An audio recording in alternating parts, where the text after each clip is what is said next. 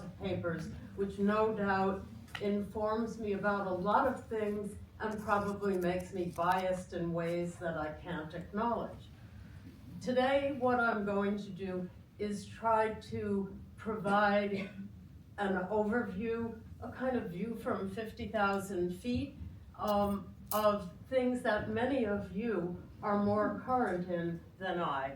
The objectives I have are to discuss relevant organogenesis and developmental progression, obviously in 20 minutes, all of this will be very fast, to consider the concept of developmental origins with respect to hypertension and cardiovascular disease, and with my own biases, a little kidney disease, examining 4 trajectories, and then to discuss the implications. So, one of the things we need to think about is the fact that the heart is the first organ to develop fully, as we all know, and by 8 weeks of age, it's basically there in whatever form it will be. The subsequent growth is mainly hypertrophy during the rest of organogenesis and gestation. In contrast, the kidneys develop late, so that many of the patients we have, probably some of us in this audience, were still developing nephrons when we arrived outside the womb. And this has implications for what happens. So here, the heart and the kidneys. The heart is done at 8 weeks, the kidneys by about 34. So what about pregnancy and delivery and any of us in this room? Probably some of you were premature or small for gestational age, that would be me. And during a regular pregnancy, there's an uncomplicated pathway. The mother's well, pregnancy goes well, there's no food insecurity, nothing terrible going on, no genetic variant of importance. But when the baby is born, of course, there will be postnatal events, as we know, and these are many individual. What happens at home, locally, nationally, in the world? Are you born, as I had the good luck to be, in a country with plenty to eat and essentially peace for most of my life, and some of you perhaps in war-torn places? It makes a big difference. And so after this, after birth, after the perinatal period, there's plenty of other things that occur. So how do we dissect? And I ask you who do research in this area, how do you differentiate all of these things? And I'm putting a timer so I don't mess up too much about time. Examples of maladaptive uterine exposures are known to all of us. Some of them cause differences and abnormalities, as folic acid deficiency causes neurotubular defects, and tobacco smoke is associated not only with low birth weight, but oral facial clefts, and antidepressants, some of them, can be associated with congenital heart defects and hypothalamic pituitary adrenal abnormalities, and so on. But when we talk about other maladaptive exposures, the baby looks perfectly fine. In fact, if you did an ultrasound, the baby would be fine. But maternal diet is important, maternal BMI and what's in the food is important. The microbiome appears to be, as a doubter I would say, increasingly important. And stress is important, and there are plenty of other things. So what are the important questions we can ask with increasingly important questions and new techniques? Well, what controls the magnitude of the effects? How do you identify the effects? What are the mechanisms? And those have eluded many of us for many decades at this point. And how do you manage those at risk? These questions are some that we as pediatric specialists in hypertension should really think about, because pediatrics is ignored too much by internal medicine and other fields.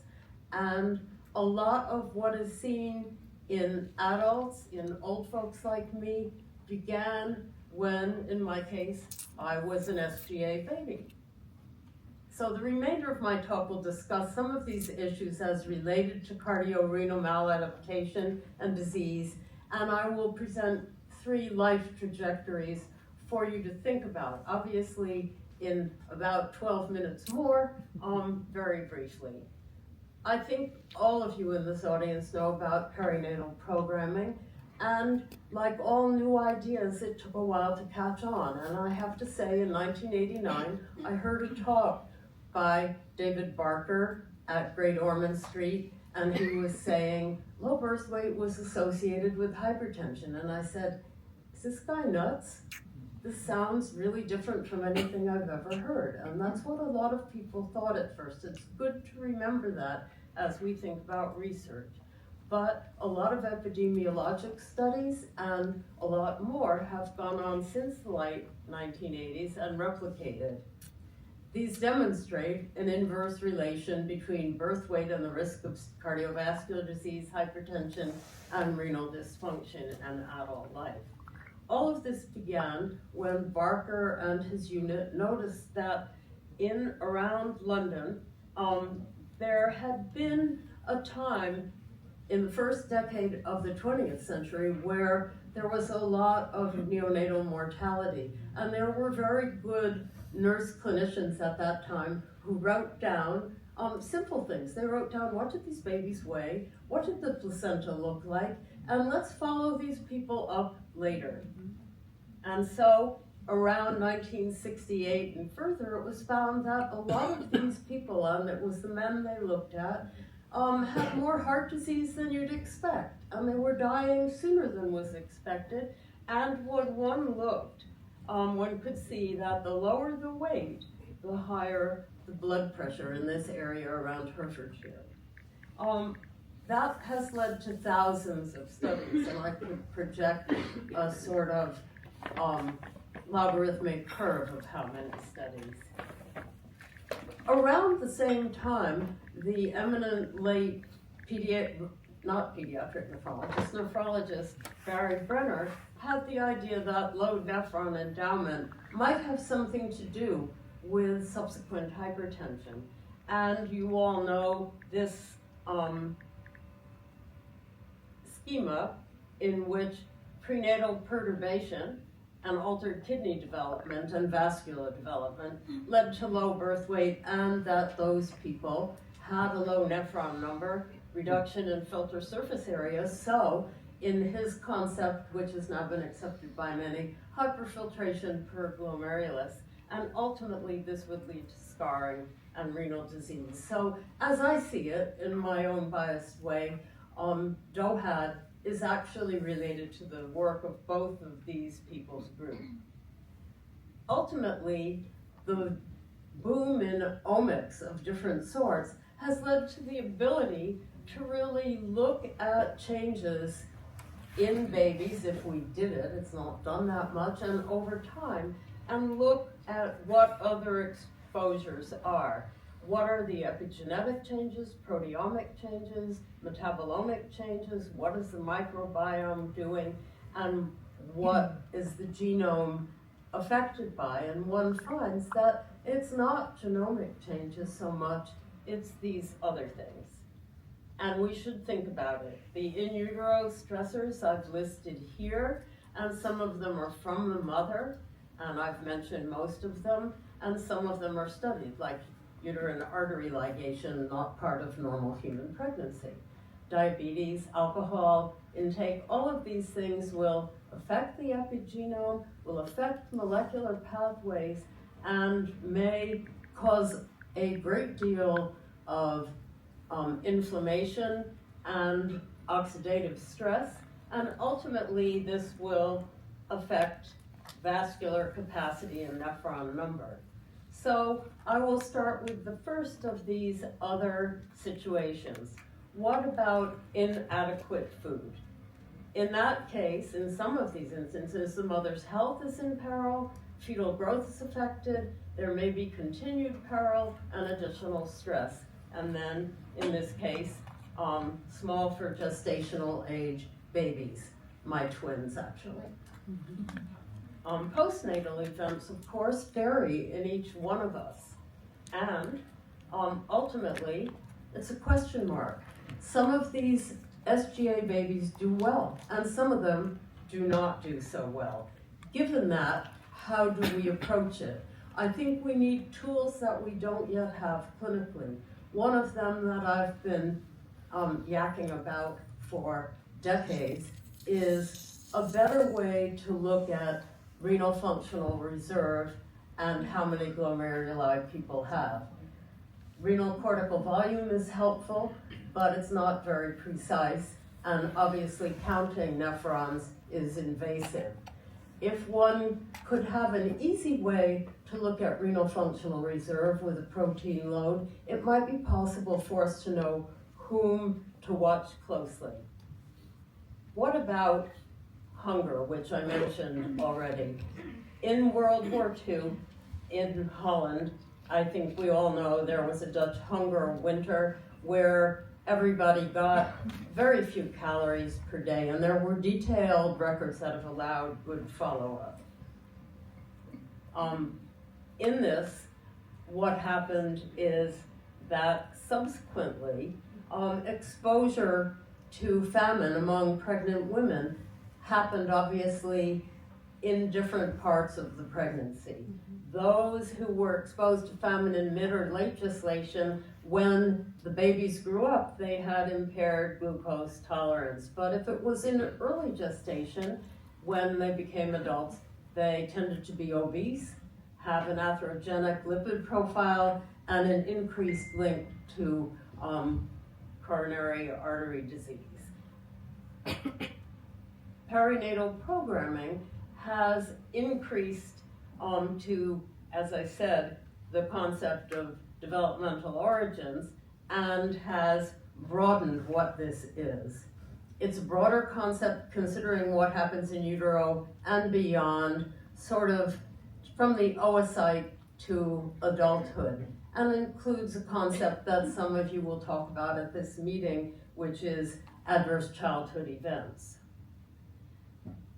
And if one looks at pathways, this has been seen in other cohorts, and I can't mention all of them, but in the Helsinki cohort, there were two different growth pathways that preceded development of hypertension in men who were enrolled in the cohort and seen when they were in their 60s.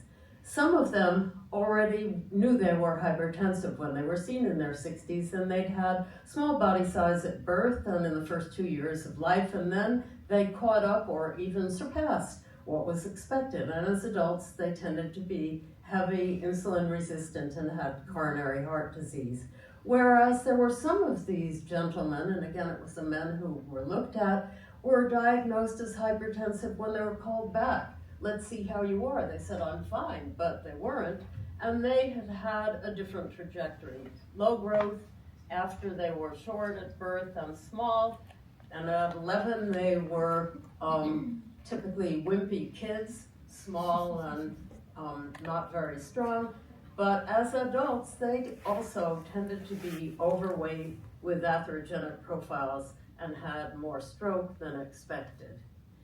Indeed, in this group, the highest risk people were those who'd had the lowest birth weight and the highest quintile of weight in their 60s. So we need to think about not only what happens in the perinatal period and childhood, but as life goes on. So what about another situation, and that is maternal diabetes, which has been studied a great deal and recently more and more. And in that case, one can see that the risks are greater, and the same postnatal risk can occur. And what happens?